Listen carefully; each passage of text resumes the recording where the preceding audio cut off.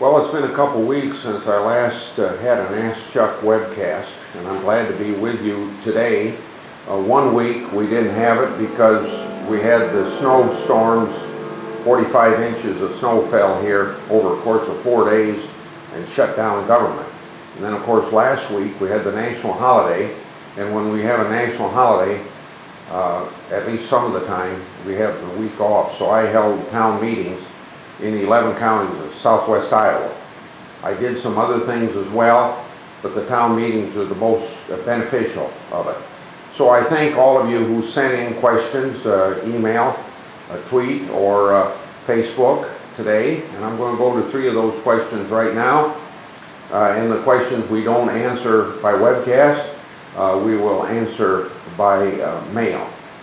The first question comes from Christian in Des Moines, Iowa. He tweets, "We should look at 25% renewable electricity standard.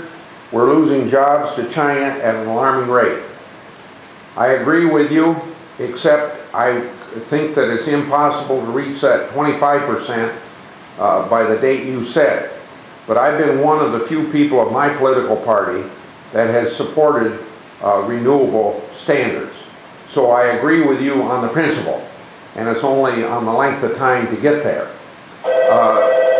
But I also raised a question with you about the issue of going to China with jobs. I know that you heard about Boone Pickens down in Texas maybe buying from China. But since I'm the father of the wind energy tax credit, and that may prove to you to a greater extent than what I just said was my position on renewable portfolio standards, that I agree with you.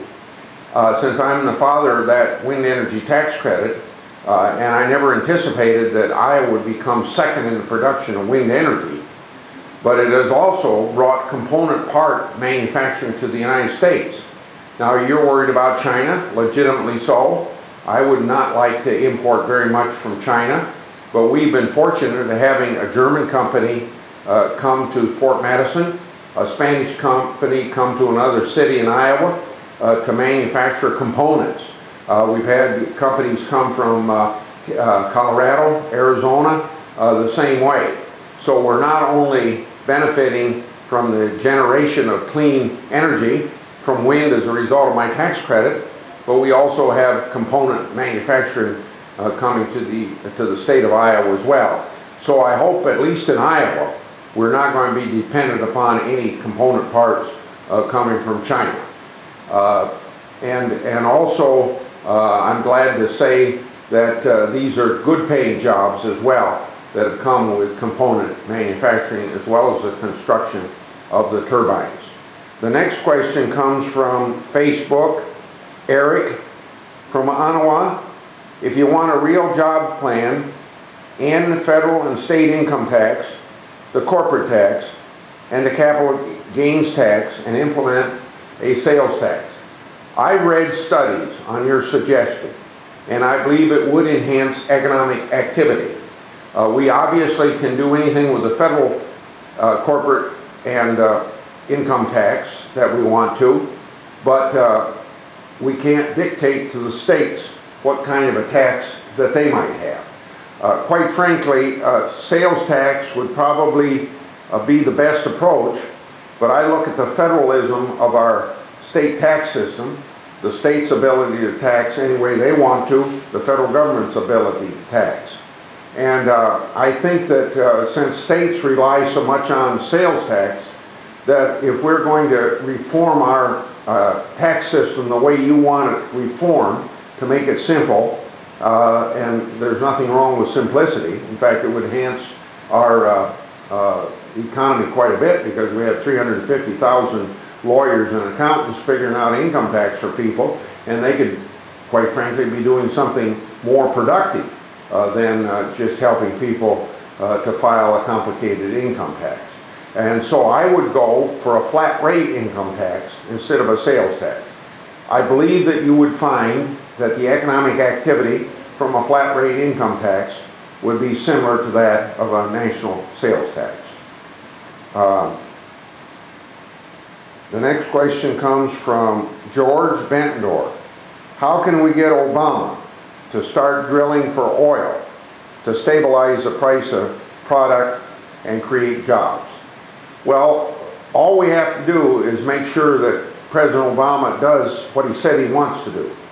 Quite frankly, I'm a little surprised to have him say that he's willing to do more domestic drilling, because I'm sure he's running into trouble with environmentalists that are so active within his own political party. But too often he says he's going to do something and then it doesn't get done. This is one way, if he really wants a bipartisan approach to energy, or anything bipartisan, this is one area to get it, because we do agree with him on drilling here and drilling now. And creating jobs, yes, but making our energy supply more secure than being so dependent upon the volatile Middle East as we are isn't a very good thing for our national security. Those are the three questions. Normally I only ask two, but we got so far behind because of the snowstorm, I wanted to answer some more. And I'll see you next week. In the meantime, remember that this week we're probably going to be working on Senator Reid's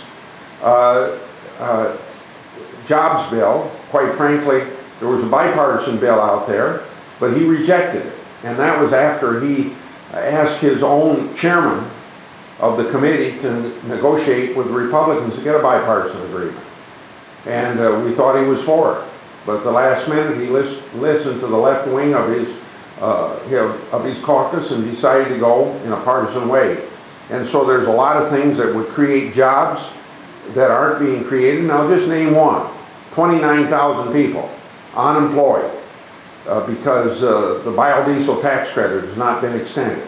It ended on December 31st. This bipartisan compromise would have had that in it, but it's not in there. So I don't know how you can call it really a jobs bill when you forego an opportunity to put 29,000 people back to work by passing the biodiesel tax credit.